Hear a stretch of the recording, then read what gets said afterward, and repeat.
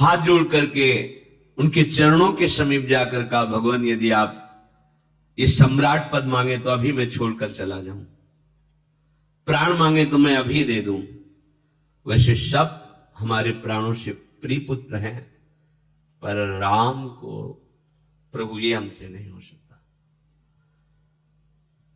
वशिष्ठ जी की तरफ देखकर विश्वामित्र जी ने कहा, इनको समझाइए। वशिष्ठ जी ने कहा, महाराज आपका यश होगा, कुमारों का मंगल होगा, आप मेरी बात मान करके अपने पुत्रों को इनके प्रदान कर दीजिए। गुरु आज्ञा, देखो गुरु आज्ञा पर कोई प्रश्न नहीं होता। अब बोलने की कोई गुंजाइश नहीं, गुरुदेव ने कह दिया। राम लक्ष्मण को बुलाया। लक्ष्मण जी छाया की तरह भगवान के साथ रहते हैं। आपको विश्वामित्र जी ने अपनी यज्ञ रक्षा हेतु उनसे मांगा है, बहुत सावधानी पूर्वक रहना। और ऋषि से कहा कि विश्वामित्र जी से कि मानो आप हमारे प्राण लिए जा रहे हो भगवान, अगर जरा सा भी कुछ तो हमारे प्राण निकल जाएंगे।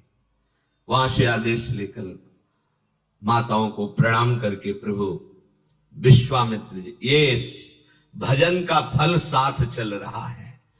पुरुष सिंह दो वीर, हरसि चले मुनि भय हरन, कृपा सिंधु मति धीर, अखिल विश्व कारण करन। पुरुष सिंह श्री राम लक्ष्मण मुनियों का भय हरण करने के लिए, भक्तों का भय हरण करने के लिए प्रसन्न होकर जा रहे, उदास नहीं कि मैं अपने परिजनों से वियोग प्राप्त कर रहा हूं। बहुत प्रसन्न चित्त, सेवा मिली है हमें, महर्षियों की सेवा मिली। प्रभु आनंद मगन होकर के उनके साथ जा रहे हैं। अरुणिमा छाई हुई कमल नयन, विशाल वक्षा स्थल, अजान बाहु लंबी भुजाएं, नील कमल श्याम तमाल के समान कांति, बिजली की कांति जैसा पीतांबर धारण किए हुए, तरकस पीठ पर और धनुष बाण हाथों। श्याम गौर जोड़ी विश्वामित्र जी आगे बार बार प्रभु की छवि देखते हैं। जान गया प्रभु आप अपने भक्तों से कितना प्यार करते हैं। आप हम जैसे अपने भक्तों के लिए माता पिता और महल के सुख का त्याग कर हमारे साथ चल रहे हैं। मगन होकर जा ही रहे थे कि भयानक आवाज आई। विश्वामित्र जी ने रुको। भगवान श्री राम जी ने कहा कि आवाज कैसी थी भगवान? बोले एक बहुत भयानक राक्षसी रहती है, वो गंध मात्र से जान लेती है कि कोई वन में प्रवेश किया, वही राक्षसी है। पहले को सामने दिखाई दी पर्वताकार राक्षसी, ताड़का नाम था। वो क्रोध में भर करके विश्वामित्र जी की तरफ और प्रभु की तरफ दौड़ी। भगवान हर समय सावधान चल रहे हैं। यहां एक हाथ धनुष पर और एक बाण पीठ में तोड़े, निकालने की जरूरत नहीं। और प्रभु का बाण अमोघ है, संधान किया जाता है तो लक्ष्य का वेद करके पुनः प्रभु के हाथ में आ जाता है। प्रभु ने तत्काल बाण संधान किया। जे ही भगवान के बाण का स्पर्श हुआ, ताड़का अपने राक्षसी स्वरूप को छोड़कर भगवत स्वरूप को प्राप्त हो गई। भगवान के बाण के स्पर्श से मुनिजन वांछित दुर्लभ पद प्राप्त हुआ है, जो बिल्कुल घोर निशाचर है, असुर भाव से युक्त है। भगवान का अवतार केवल मंगल के लिए होता, केवल मंगल।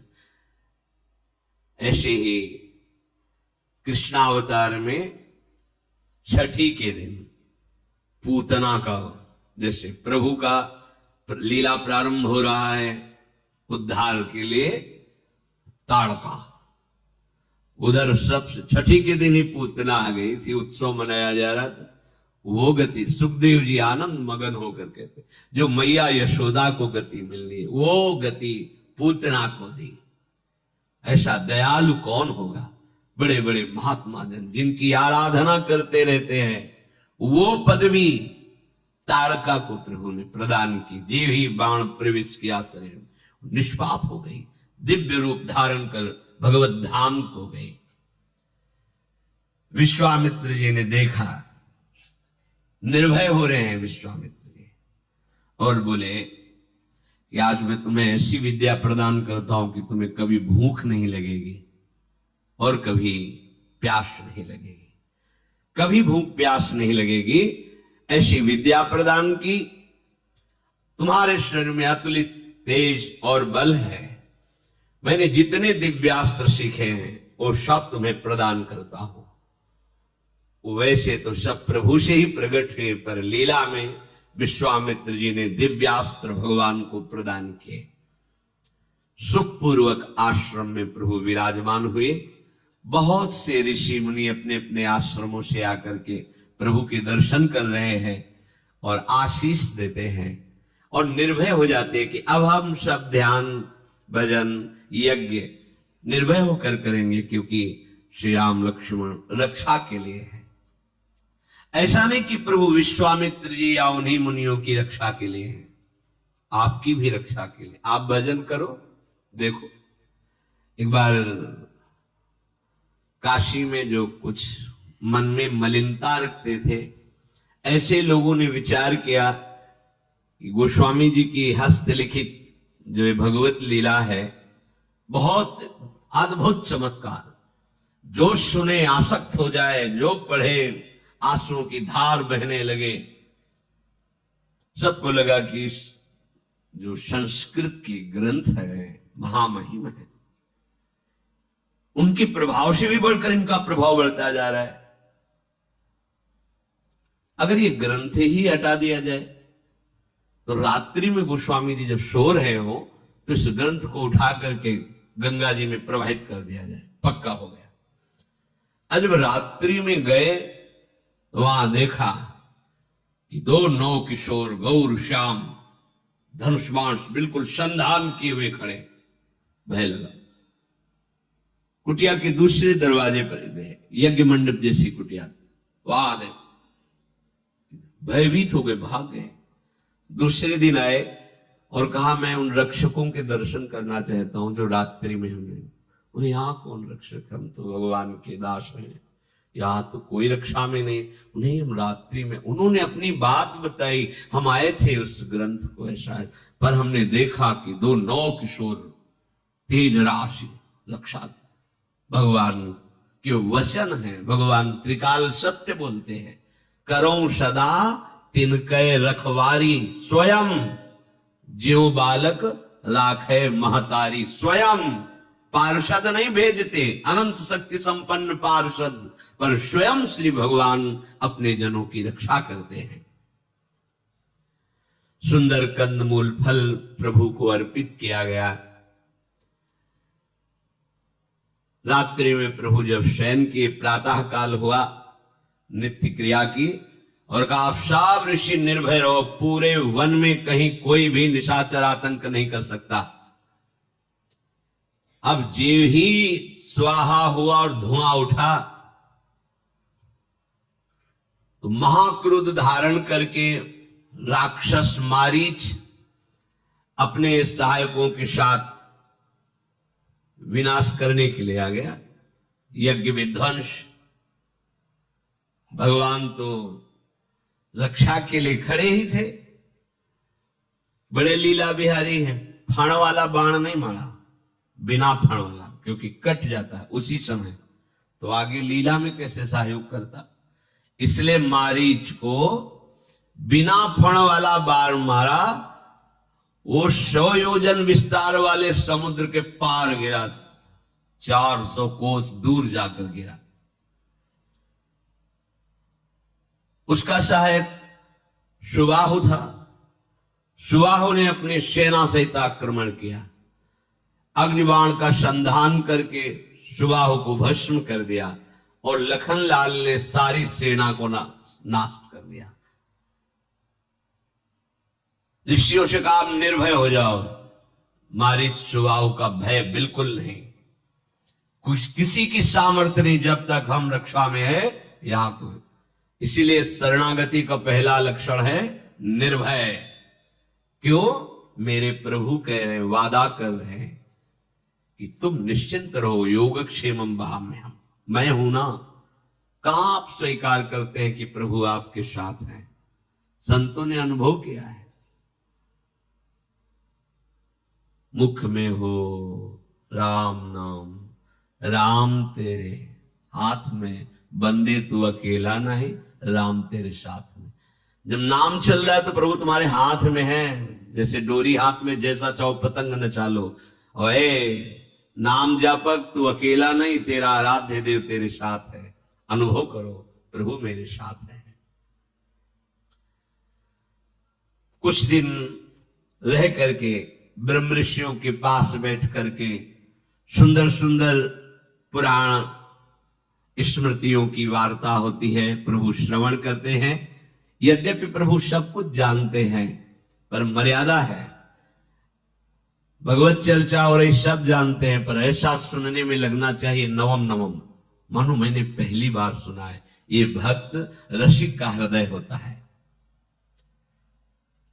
इतने में एक ऋषि ने आके सूचना दी विश्वामित्र जी को कि हे महामुनि, हमें सदानंद जी ने भेजा है, विदेहराज जनक के आचार्य हैं श्री सदानंद।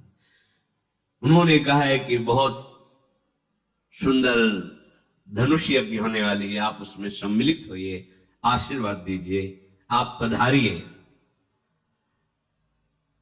विश्वामित्र जी ने उनसे कहा मैं अवश्य आऊंगा। विश्वामित्र जी ने मुनि मंडली से कहा कि चलो परम ज्ञानी विदेहराज जनक का संग लाभ होगा और धनुष यज्ञ की शोभा का दर्शन करेंगे। प्रभु श्री राम और लक्ष्मण से भी कहा, जो आज्ञा कहकर प्रभु प्रसन्न हुए। समस्त ऋषि मंडली के साथ भगवान गौर श्याम जनकपुर के लिए पधारे। बहुत ही हरित वन, दौड़ दौड़ करके मृग मंडली आती है और भर नेत्र गौर श्याम जोड़ी का दर्शन करती, लखनलाल राम जी। उस वन के पशु पक्षी कृतार्थ हो रहे, पर आश्चर्य हुआ, जे ही आगे बढ़े तो देखा एकदम उजाड़, बीच में एकदम उजाड़, जैसे आग लग गई हो, निर्जन, कोई हरा पत्ता भी नहीं, और एक बड़ी शिला पड़ी हुई है। ऐसा लगता है पूर्व में यहां आश्रम था, पर सब नष्ट भ्रष्ट जैसा हो गया। प्रभु ने कहा कि इतना सुंदर वन और मध्य भाग में ऐसा प्रभु क्या, कोई जीव वहां प्रवेश नहीं कर रहा, कोई हरा एक पत्ता भी नहीं है, एकदम उजाड़, शोभाहीन, और एक विशाल शिला पड़ी हुई है। तब विश्वामित्र जी ने बताया कि गौतम ऋषि का आश्रम है, बड़ा अमंगल हो गया, तो उनके शाप के कारण सब श्रीहीन हो गया। क्या हुआ, क्यों शाप दिया गौतम ऋषि ने?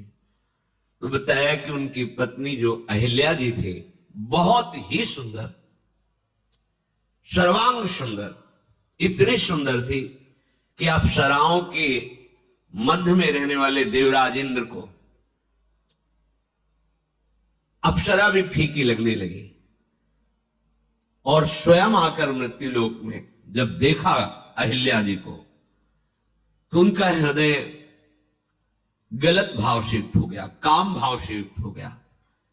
अब इतनी सामर्थ्य नहीं थी कि ऋषि के होते हुए वो गलत भाव लेकर आश्रम में प्रवेश करें। सही भाव से होता तो उनका पूजन भी होता। आदर कोई भी ऋषि हो जैसे राजा पधारता है तो अर्घ आदि देना, ये शास्त्रीय सिद्धांत है।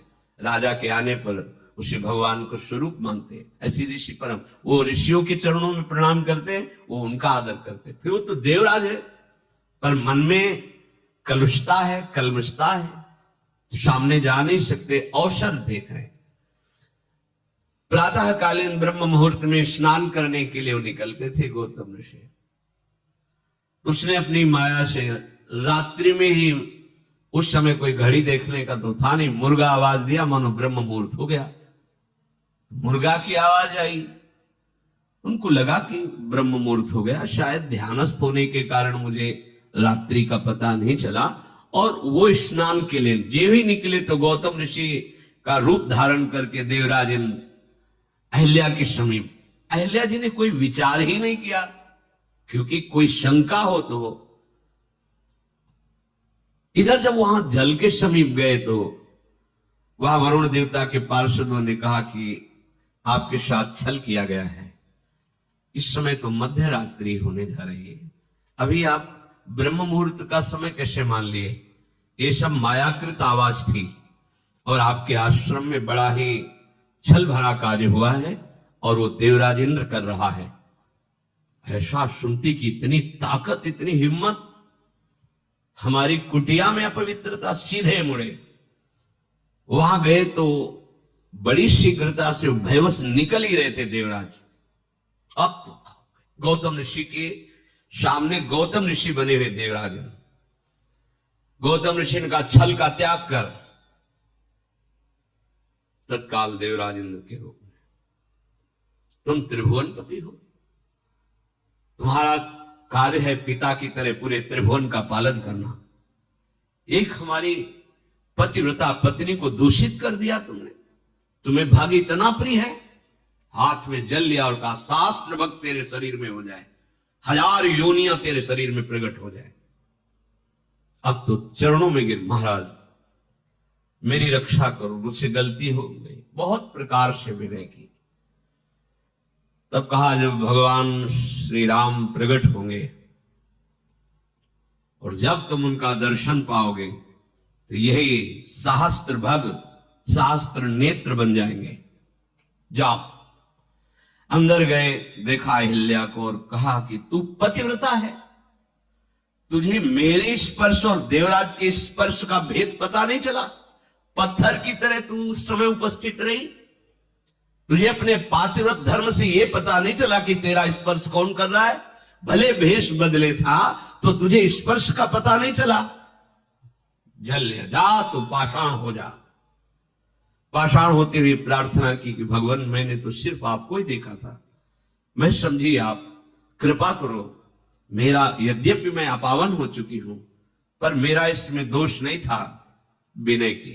तो उनका जब भगवान श्री राम अपने श्री चरण से स्पर्श कर देंगे तब तुम अपने स्वरूप को प्राप्त हो जाओगी और संपूर्ण प्रकृति को साथ दिया उस आश्रम की, तुम सब यहां चेतन हो, मेरे तप से सुरक्षित हो, किसी ने मुझे संकेत नहीं किया। अब उजाड़ हो गए, उसी समय जैसे आग लग जाए ऐसे सब चेतनाहीन हो गए।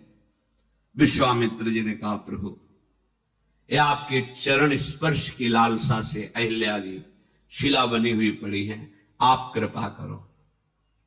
गौतम नारी श्राप बश उपल देह धरि धीर, चरण कमल रज चाहती, कृपा करहु रघुवीर। हे रघुनंदन, आप अपने से चरणों से शिला का स्पर्श करो। विश्वामित्र जी की ऐसी आज्ञा हुई, भगवान ने करुणा करके अपना चरण बढ़ाया, जे ही स्पर्श किया परशत पद पावन, शोक नशावन, प्रगट भई तप पुंज सही, देखत रघुनायक जन सुखदायक, सन्मुख होई कर जोरी रही, अति प्रेम अधीरा पुलक शरीरा, मुख नहीं आवे बचन कही, अतिशय बड़ भागी चरणनि लागी, युगल नयन जलधार बही। जे भी प्रभु के पावन श्री चरणारविंद का स्पर्श हुआ, वो जो एक शिला पड़े, तत्काल दिव्य तेजोमयी रूप धारण किए हुए अहिल्या जी प्रकट हो गए। हाथ जोड़ा, हे अपने शरणागतों की रक्षा करने वाले, भक्तों को सुख देने वाले प्रभु। आंखों से अश्रु चल रहे, रोमांच हो रहा है, प्रेम की अधीरता बढ़ रही। आपने अमोघ कृपा की और चरणों में गिर पड़े। प्रभु के बार बार चरण स्पर्श कर रहे। दोनों नेत्रों से जो अश्रु बिंदु है, मानो अपने अश्रु बिंदु से अहिल्या प्रभु के चरणों को पखार रहे हैं। फिर धैर्य धारण किया, धीरज मन कीन्हा प्रभु कहूं चीन्हा, रघुपति कृपा भगति पाई, अति निर्मल बानी स्तुति ठानी, ज्ञान गम्य जय रघुराई। मैं नारी अपावन प्रभु जग पावन, रावण रिपु जन सुखदाई, राजीव विलोचन भव भय मोचन, पाही पाही सर नहीं आई। धैर्य धारण करके बार बार प्रभु श्री हरि के रूप का पान कर रहे हैं। हे प्रभु, आप कृपा करके अविरल भक्ति प्रदान करें। हे ज्ञान से जानने में आने वाले प्रभु, आपकी जय हो। यद्यपि मैं अपवित्र हो गई थी, नाथ आपके परम पावन चरणों का स्पर्श करके मैं पावन हो गई। हे जगत को पवित्र करने वाले, भक्तों को सुख देने वाले, जो दूसरों को सदैव रुलाता रहता है, ऐसों को आप दंड देते हैं। हे कमल नयन, हे संसार के भय से छुड़ाने वाले, जन्म मृत्यु से मुक्त करने वाले, मैं आपकी शरण में आई हूं। त्राहि माम त्राहि माम। प्रभु, आज मुझे बड़ा सुख मिल रहा है। मेरे प्राणपति मुनि ने जो मुझे शाप दिया, आज मुझे वरदान लग रहा है। मुनि शाप जो दीन्हा अति भल कीन्हा, परम अनुग्रह मैं माना। देखूं भरी लोचन हरि भव मोचन, यह लाभ शंकर जाना।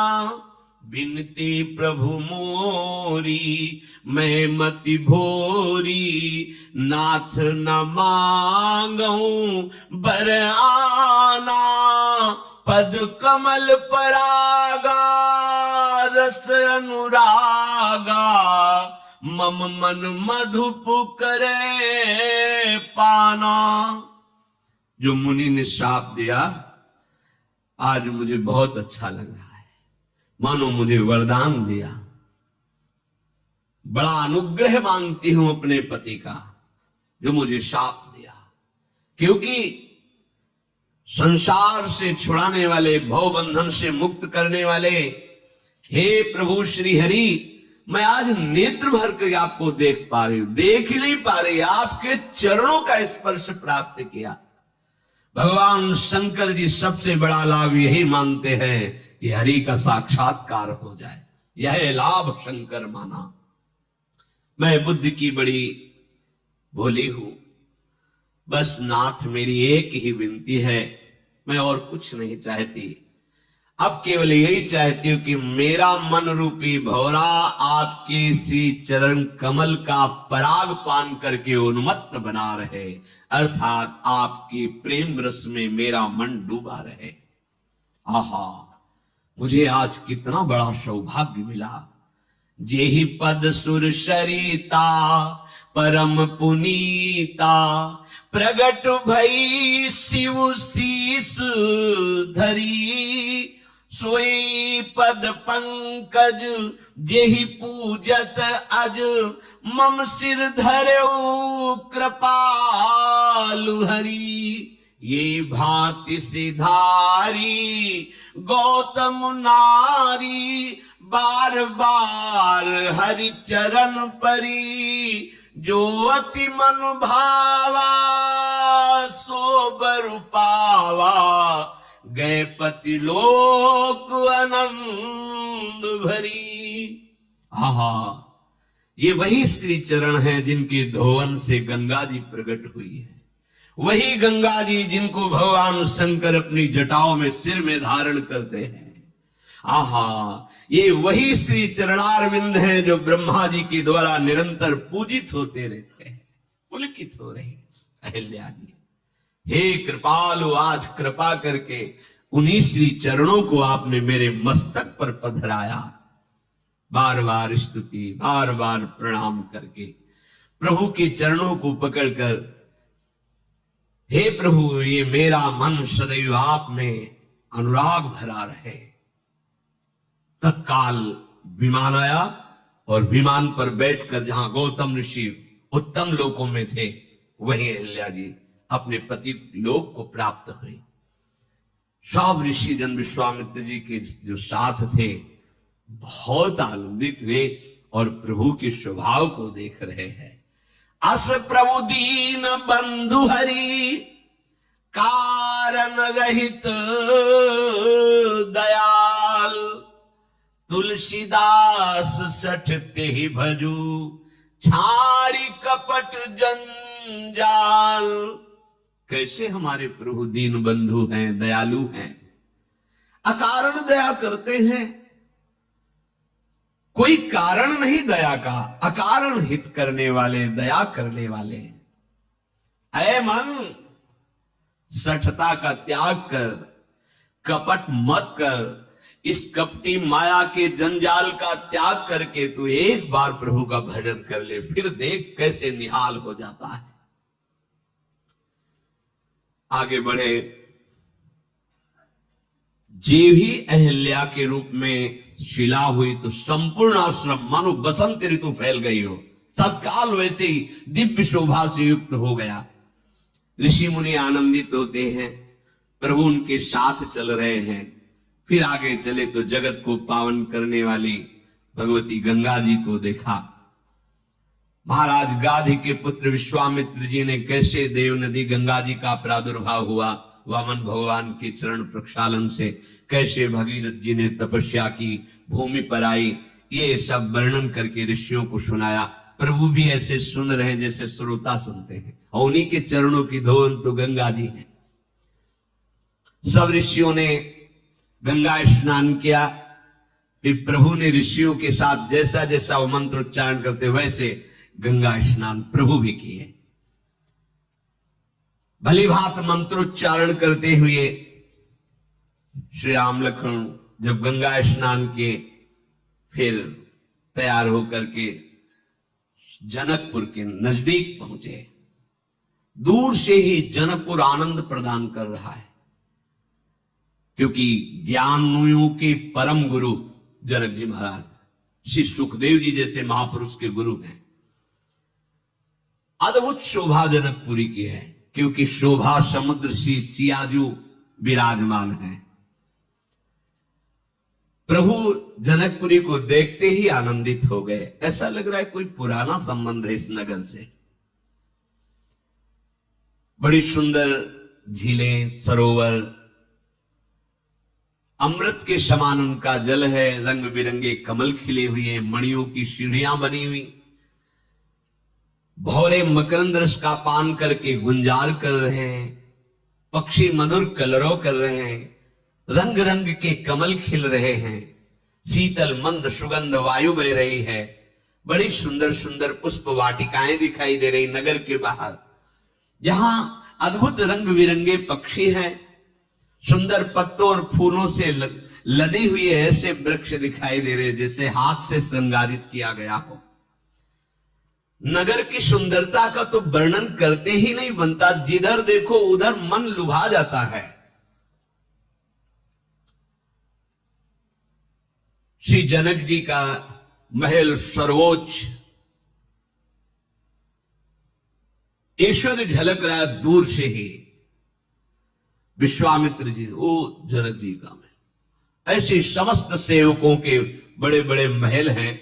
ऐसा लगता है समस्त लोगों की शोभा जनकपुरी में विराजमान है।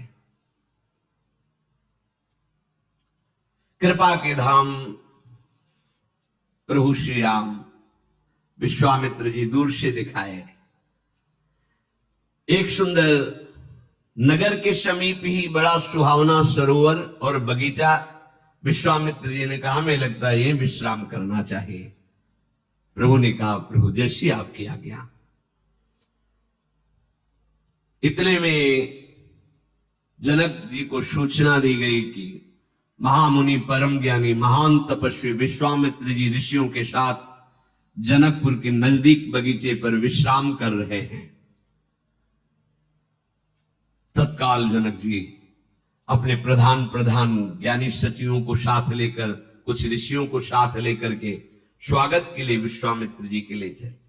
संग सचिव सुचि भूरी भट भूसुर बर गुर ज्ञाति, चले मिलन मुनि नाय कहीं मुदित राउ यही भांति। पूरा परिकर जनकपुर से आ रहा है, विशिष्ट विशिष्ट ऋषि सचिव और श्री जनक जी महाराज। दूर से ही देखा,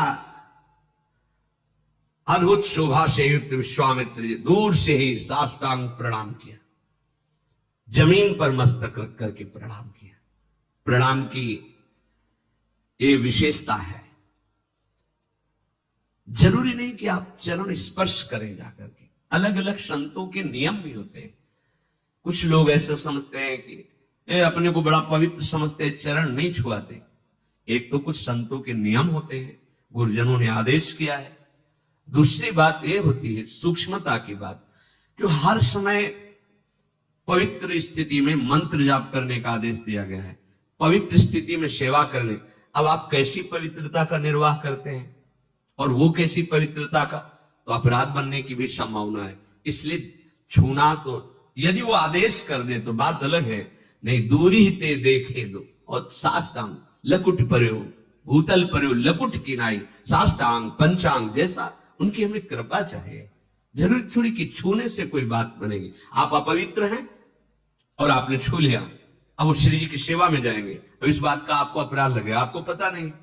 नहीं, उसके भाव देखो ना, वो छूना चाहता है, उसके भाव देखो ना। जीवन भर जिस मार्ग में चला है, उस आराध्य देव की आराधना के लिए कितना संयम, कितनी पवित्रता का निर्वाह कर रहा है। तुम्हारे भाव देखने के लिए थोड़ी बना है, वो भाव प्राप्त करके भाववश भगवान को वशीभूत करना चाहता है, जिससे तुम्हारा भी मंगल होगा, जगत का मंगल होगा।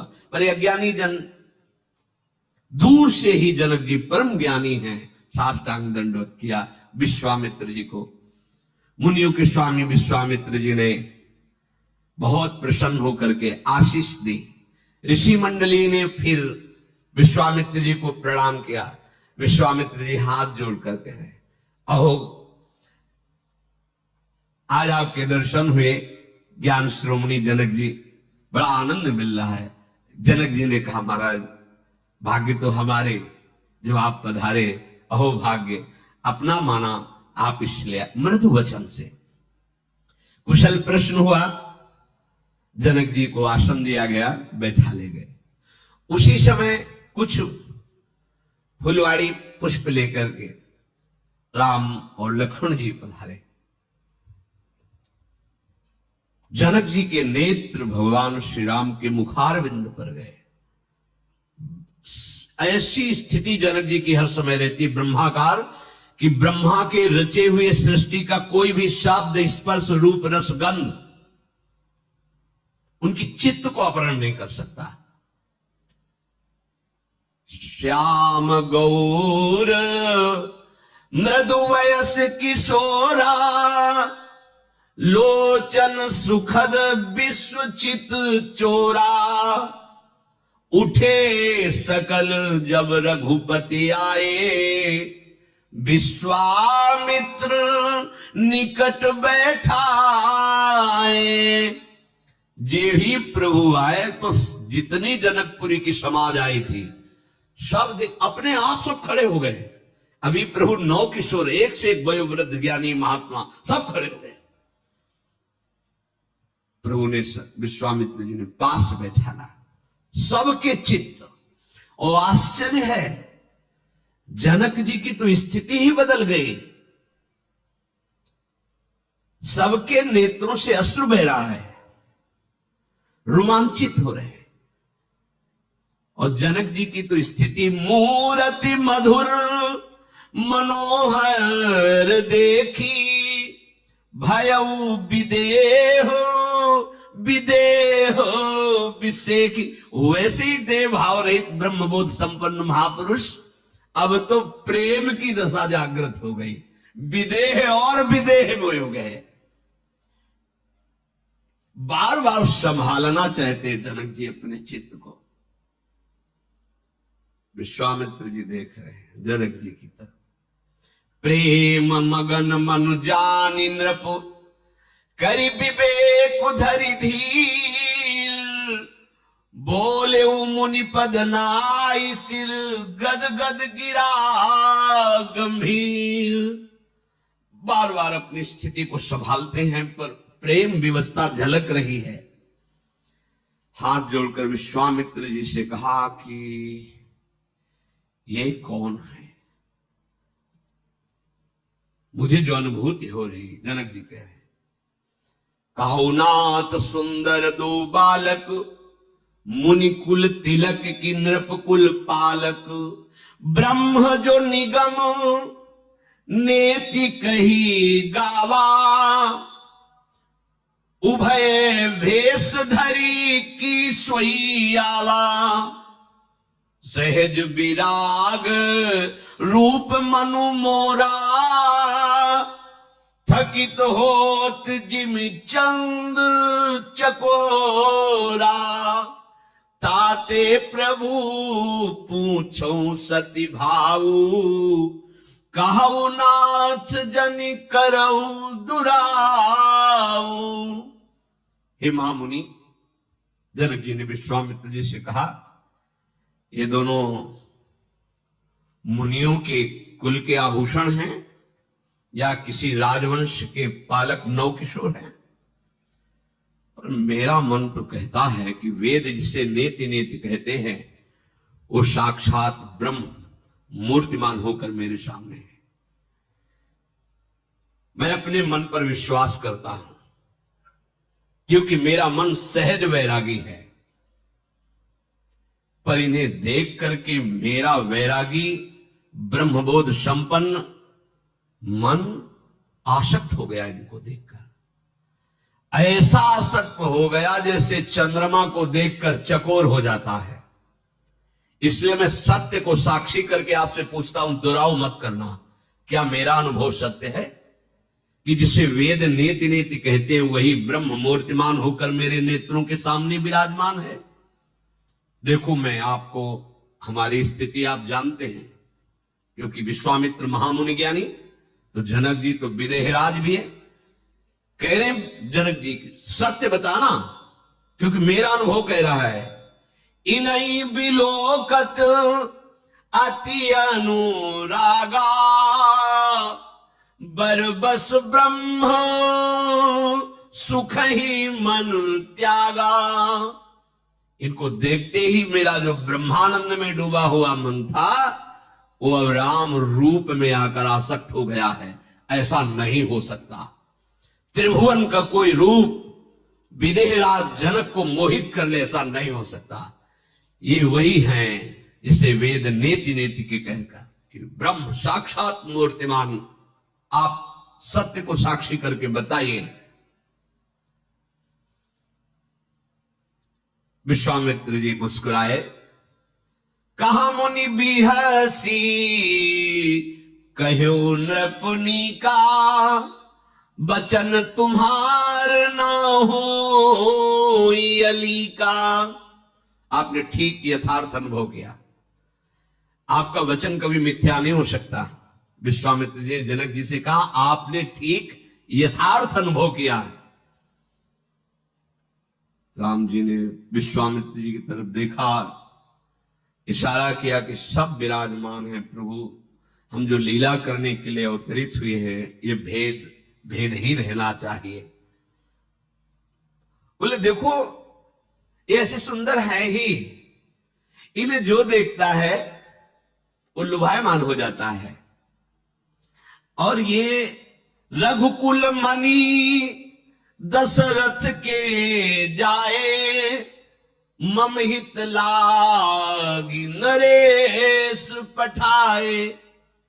ये महाराज चक्रवर्ती सम्राट दशरथ के पुत्र राम और लक्ष्मण मेरी यज्ञ रक्षा के लिए आए हुए हैं।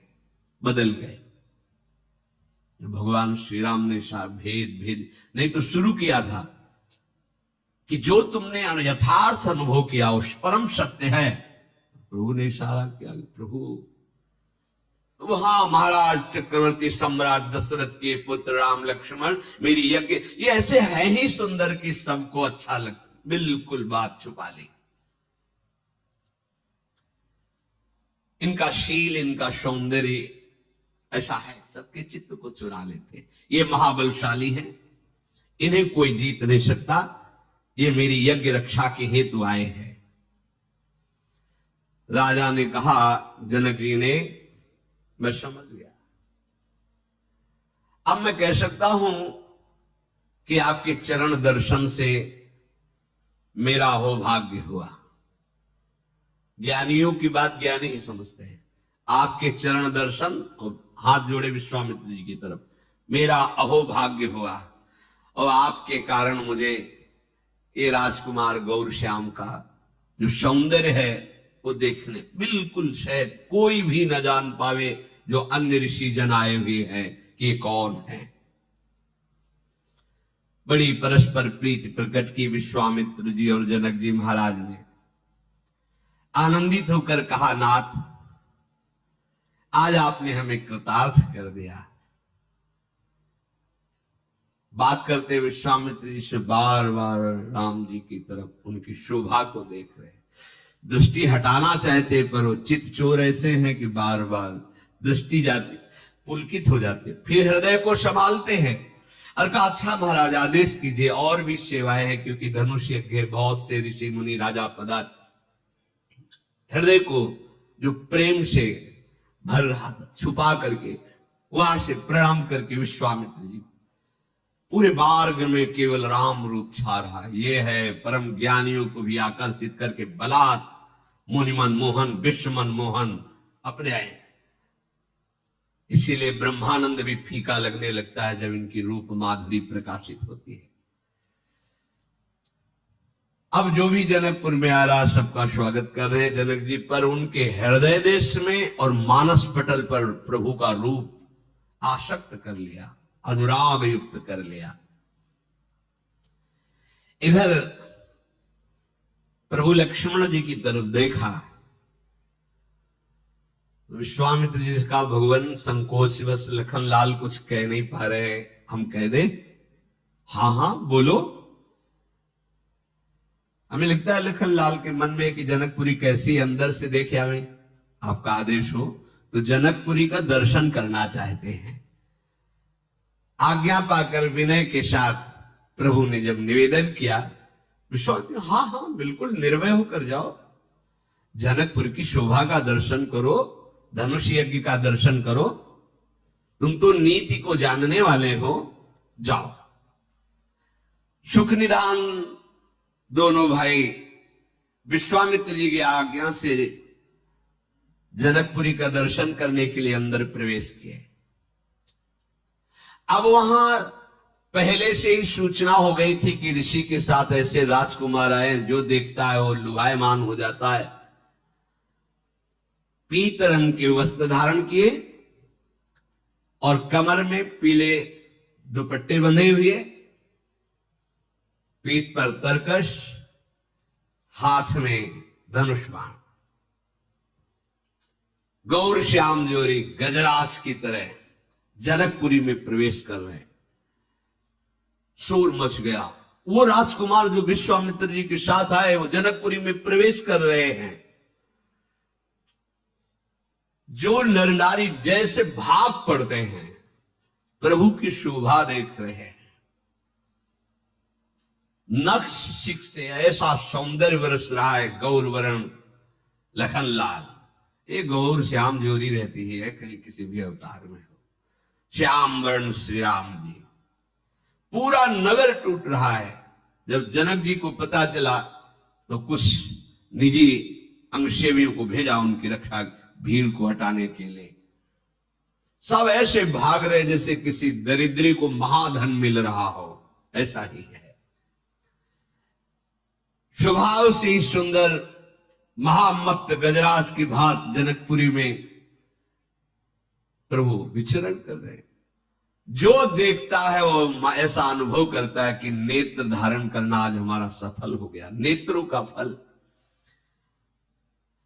जो घर में स्त्रियां वो दौड़ नहीं पाई, अब वो कोई झरोखों से लगती है, वो आ रहे हैं। अरे सखी मैं भर नेत्र कैसे देखूं? दौड़ करके ऊपर चढ़ जाती छत में। अब प्रभु तो नीचे देखते चल रहे हैं। वहां पहले से कोई फूलों को व्यवस्था थोड़ी करके, तो चोटियों में फूल गिरते थे, फूल को लिया ऐसे छोड़ती है, प्रभु ऐसे देखते निहाल हो जाती है दौड़ दौड़ करके। और सब आपस में बात करते हैं कि त्रिभुवन में जितने सुंदर है ना, सबकी सुंदरता सुनी है पर इनकी सुंदरता देखी है। सुनने के अनुसार मैं कह सकती हूं कि इनसे सुंदर कोई त्रिभुवन में नहीं।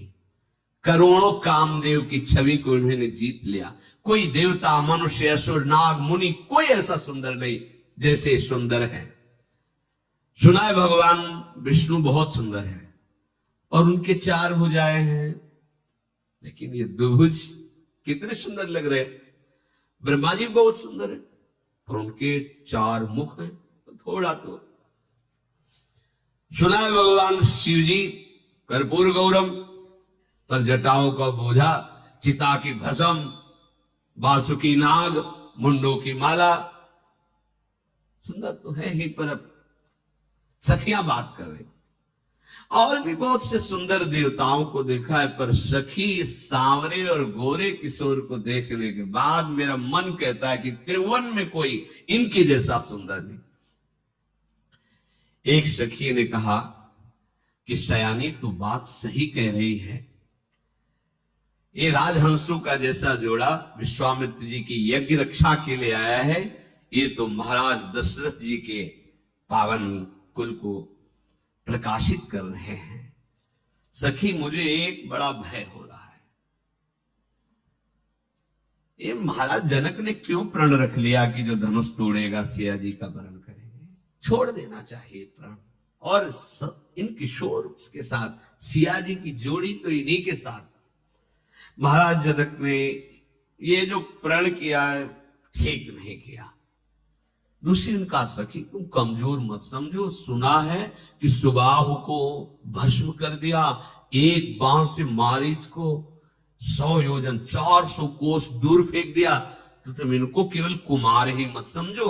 अगर प्रण किया है महाराज ने तो ये उसको धनुष का भी भंग करेंगे। आप चिंता क्यों करते हो? सखी तुम कहती तो जरूर हो, पर इनकी भुजाएं देखकर नहीं लगता ऐसा कि इतने बलशाली हैं। कोमल भुजाएं प्रभु। अगर सिया जी के साथ इनका विवाह नहीं हुआ तो सखी हम बड़ी अभागी हैं। तो सखी तू ऐसा क्यों कहती?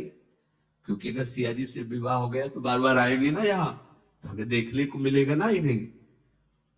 और हम लोग भी कभी जा सकते हैं, क्योंकि सिया जी के दर्शन के बहाने अवधपुरी भी जा सकते, हमारा संबंध हो जाएगा ना।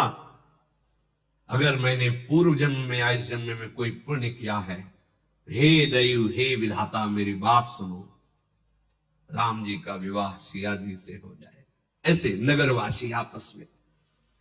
सयानी सखी कहती बड़ा समंजस है, जनक जी ये बात नहीं मानेंगे, बिना धनुष तोड़े विवाह नहीं होगा।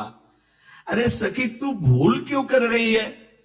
अभी अभी सुना है कि एक पाहन को चरण से स्पर्श किया तो अहिल्या के रूप में प्रकट हो गई। ये बड़े सामर्थ्यशाली है, ये भगवान शिव के धनुष को भंग ऐसे कर देंगे, तुम चिंता क्यों करती हो? नहीं सखी, हमारी जो सखी सियाजू है ना, इतनी सुंदर है तो उनको दूल्हा भी इतना सुंदर मिलना चाहिए। बस हम तो इस बात से घबरा रही है। स्त्री आपस में ऐसी बात कर रही, भगवान आगे बढ़े। कुछ जनकपुरी के नवकिशोर बालक दौड़ दौड़ करके आते हैं और प्रभु को छूने के आपस में देख, ये बहुत सुखद है, बहुत सुखद, ऐसे दौड़ दौड़ के और कहते हम आपको दिखाने चले, धनुष जा रखा है, यज्ञशाला बनी। प्रभु कहते हाँ हाँ आप तो ऐसे दसियों नवकिशोर बालक दौड़ दौड़, देखो प्रभु यहां ऐसा, प्रभु ऐसे, प्रभु देख रहे, बड़ाई कर रहे। सब शिशु यही में से प्रेम बस परस मनोहर गान। देखो देखो ऐसे छूते आनंद मगन। ये सब महान भजनानंदी है जो शिशु रूप में है, भगवान का स्पर्श प्राप्त कर रहे। तन पुलकहि अति हर्ष ही देख देख दो हाथ। और प्रभु बालकों को भी ऐसे, हाँ अच्छा आप क्या दिखाना चाहते, हम चलो वो दिखा रहे, अब ये दिखा, ऐसे सब दौड़ दौड़ के प्रभु को अपनी अपनी तरफ बुला रहे और प्रभु जो बुला रहा है उसके साथ चले। हाँ बहुत सुंदर, जनकपुरी की शोभा का तो क्या कहना। अरे जिनके पलक झपकते अनंत ब्रह्मांड रच जाते हैं, उन प्रभु के लिए कोई शोभा देखने वाली है क्या? पर प्रभु उन बालकों की प्रशंसा करते हैं। आश्चर्यचकित होकर जो मंच बना है उसको देख रहे हैं, जहां पर धनुष विराजमान है। प्रेम विनय भगवान की दृष्टि में और चेष्टा में, जो भी बड़ा बुजुर्ग जैसे प्रेम से भगवान सबसे मिलते हुए जा रहे हैं। संध्या का समय, तत्काल प्रभु वापस हुए, स्नान आदि करके संध्या वंदन किया।